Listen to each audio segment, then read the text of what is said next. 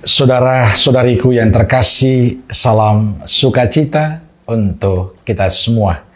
Jangan lupa bahagia. Sudahkah kita memberi senyum hari ini? Jumat 6 Maret 2026. Hari biasa pekan kedua Prapaskah. Mari kita awali permenungan kita dengan tanda kemenangan Kristus. Dalam nama Bapa dan Putra dan Roh Kudus. Amin. Permenungan kita diambil dari Injil Matius bab 21 ayat 33 sampai 46.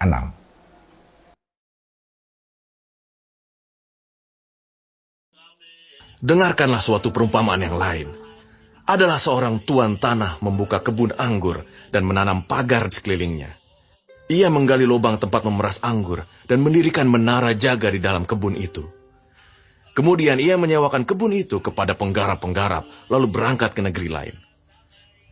Ketika hampir tiba musim petik, ia menyuruh hamba-hambanya kepada penggarap-penggarap itu untuk menerima hasil yang menjadi bagiannya. Tetapi penggarap-penggarap itu menangkap hamba-hambanya itu. Mereka memukul yang seorang, membunuh yang lain, dan melempari yang lain pula dengan batu. Kemudian tuan itu menyuruh pula hamba-hamba yang lain, lebih banyak daripada yang semula, tetapi mereka pun diperlakukan sama seperti kawan-kawan mereka. Akhirnya ia menyuruh anaknya kepada mereka. Katanya, "Anakku akan mereka segani."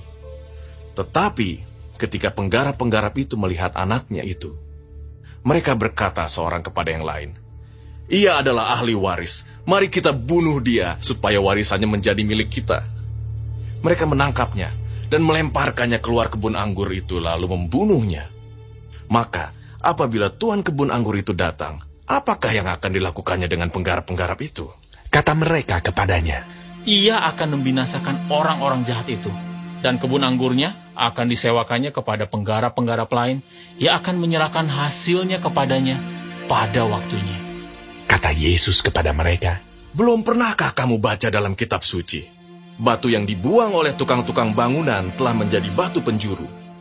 Hal itu terjadi dari pihak Tuhan, suatu perbuatan ajaib di mata kita.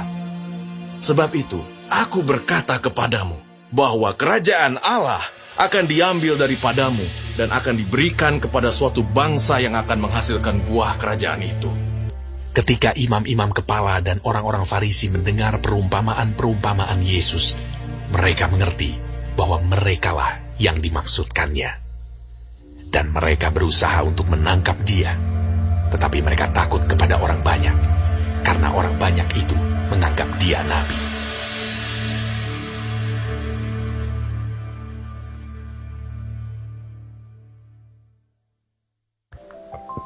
Saudara-saudariku yang terkasih, bacaan Injil hari ini tentang penggarap kebun anggur yang jahat dan tidak bertanggung jawab. Mereka diberikan kepercayaan oleh tuan kebun anggur untuk menggarap kebun anggurnya.